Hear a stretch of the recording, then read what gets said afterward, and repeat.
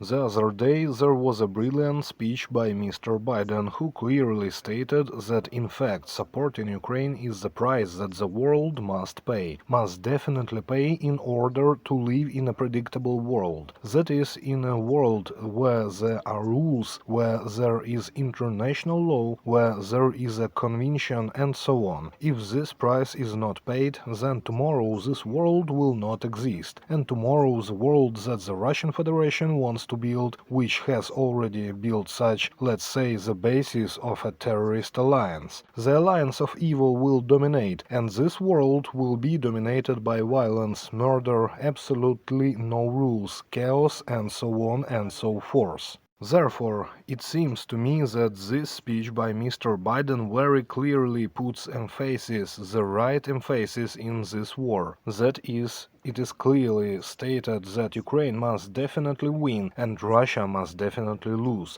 And accordingly, again, for this, you are absolutely right. You need to increase the volume of military assistance based on the resources that Russia has. And Russia, by the way, is also looking around the world whether it can. North Korea, for example, is looking for additional shells and so on. This suggests that sanctions should be more sensitive, more stringent. There is no doubt that Russia needs to be isolated from fairly global economic markets in which Russia is still present. That accordingly informational and diplomatic work needs to be done more intensively, so that this position, let's say absolutely disgusting position of Russia, is understood to all countries, not only those that are part of the pro-Ukrainian coalition, but also in a broader context. Well, it is important, of course, to understand that Russia in this form, if it continues to exist, will attract countries with regimes that are geared towards aggression. We see it in the Middle East, we see on the African continent what is happening, and it will only scale up.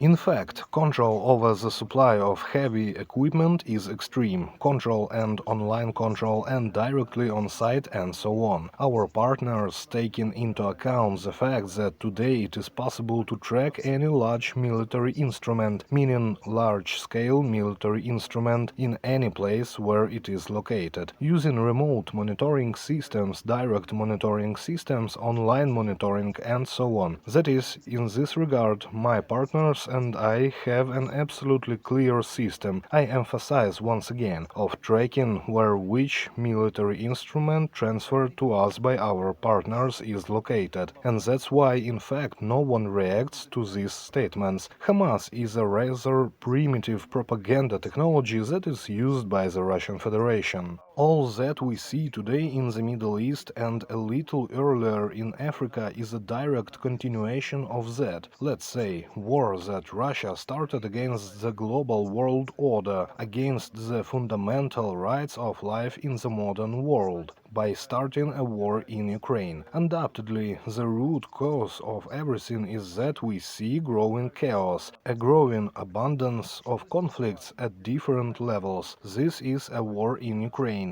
It is, of course, the root cause of everything, and accordingly, if we want to stop the growing wave of escalation in different regions, then, of course, we need to remove the primary cause, remove the Russian Federation. And, by the way, I mean removing the political system that dominates Russia today. It is necessary to send Russia to transformation. What is important here, we are no longer the only ones who understand this. Many of our partners will once again refer to Mr. Biden's speech, where it is clearly stated that the primary cause is Russia. And accordingly, in order for us to return to certain rules, to a certain predictability, to a certain stability, we need to continue supporting Ukraine in every sense of the word, informationally, diplomatically, consultatively, and most importantly, militarily. Well, financially, of course, so that Russia loses this war.